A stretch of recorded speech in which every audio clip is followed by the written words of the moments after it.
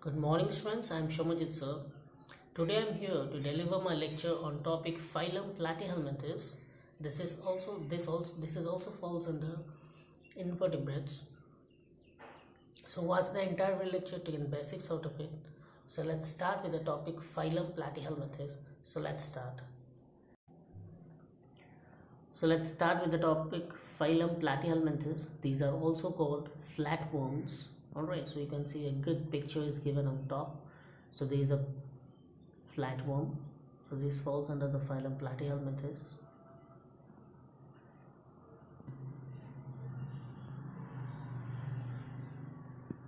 So let's start with the general characters of phylum Platyhelminthes. First is the grade of organization. So they are organ and organ systems. So you can see left hand side tapeworm, right hand side you can see planaria. A very good picture is given. So they are organ and organ system grade organization. Alright, so their body has an organ and organ systems. Now coming to the symmetry, they have a bilateral symmetry. Alright, so their body can be divided equally in two halves in only one plane, that is a bilateral symmetry. Next you can see the germinal layer, they are triploblastic organization. So this type of organism have a triploblastic in nature. They are triploblastic in nature. That means they have three germ layers. That means the outer ectoderm, middle mesoderm, and inner endoderm. So you can correct the spelling there. Endoderm. It will be endoderm. All right. The spelling mistake is given there. So three germinal layers. One is ectoderm, and mesoderm, and endoderm. So outer ectoderm, middle mesoderm, and inner endoderm. So you can see a figure of planaria is given and the cross sections are also given. You can see the digestive tract is formed from endoderm. The tissue filled region is formed from that is mesoderm, and the body covering is from ectoderm. Alright, so the outer covering is formed from ectoderm. The tissue fluid is formed from mesoderm, and the digestive tract formed from endoderm. Now, regarding coelom, they don't have any coelom. They are acoelomate. Alright, so they don't have any coelom. You can see figure planaria, acoelomate organism. Now, their habit and habitat, they are mainly aquatic. They are endoparasite and some are free living. Alright, so they are mostly aquatic. They are endoparasite that stays inside or remain inside a host, and some are free living.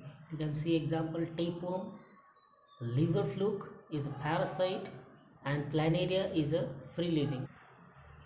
So alright, so three different examples are given. One is tapeworm, liver fluke, and planaria. So these planaria are free living and this liver fluke is a parasite, and they are mostly endoparasite.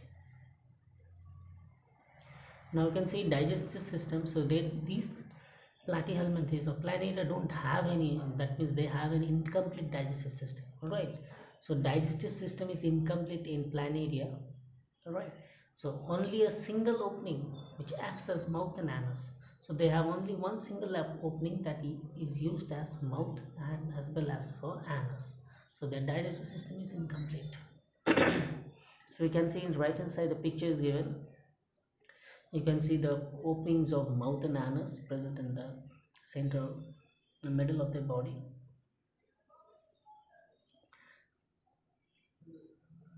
So for respiratory system, they don't have any respiratory system. So respiratory system for them is absent. They also don't have their circulatory system. Alright, so tapeworm, liver fluke, planaria don't have any circulatory system.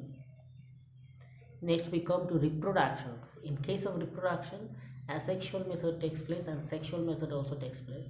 So in case of asexual method, you can see fragmentation is done. You can see on the right hand side fragmentation in planaria. Planaria has high regeneration capacity. Alright, so planaria can regenerate lost body parts. Alright, so if a body part is lost, they can regenerate. So you can see a planaria diagram is given, is divided into three parts, and again it has been regenerated.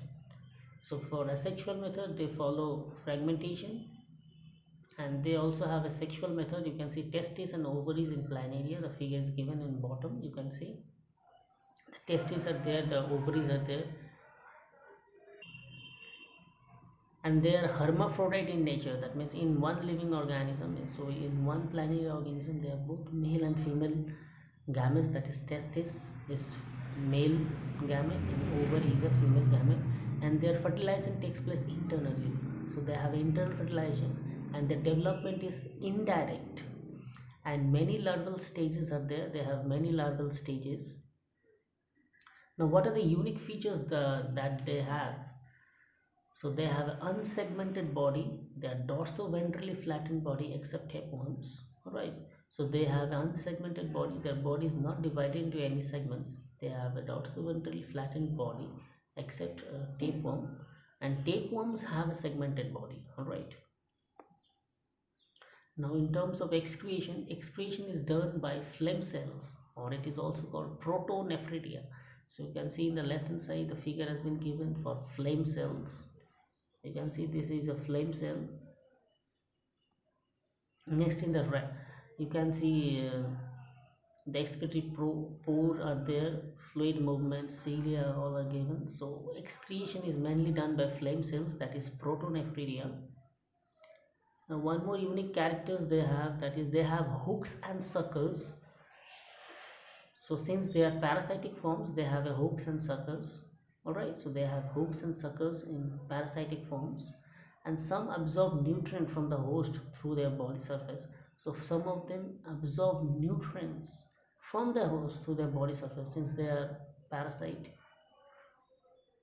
So you can see tapeworm, they have a hooks and suckers. Hook you can see, and suckers also you can see it's labeled. Now these are the examples of platyhelminthes. You can see left hand side Taenia solium or pork tapeworm, and middle you can see Fasciola, that is a liver fluke, and right hand side you can see Planaria. So three different examples are given, colorful diagrams. Now these now the phylum Platyhelminthes, the characteristic glands will see. So their body organization is organ system, and they have a bilateral symmetry. They have a triploblastic germ layer, that means outer ectodome, middle mesodome, and inner endodome.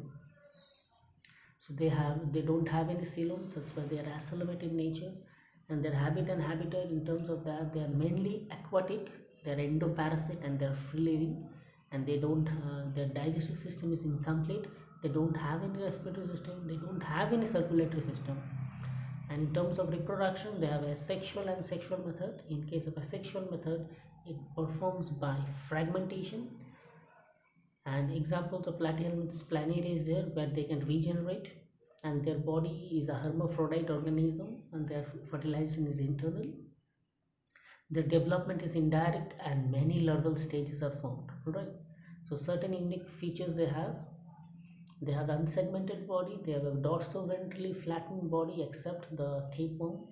The excretion is done by phlegm cells or protonephridia, and parasites have hooks and suckers. Some absorbs nutrient from the host through their body surface, and the examples are Taenia solium and Fasciola and Planaria. So three examples I've given: Taenia solium, Fasciola, and Planaria. So you can see beautiful diagrams I've given. Thank you, students.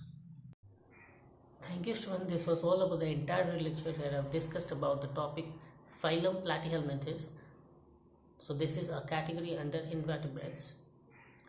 So I'm Shobhaj sir signing off for today, and again we'll meet in the next class. Thank you, students.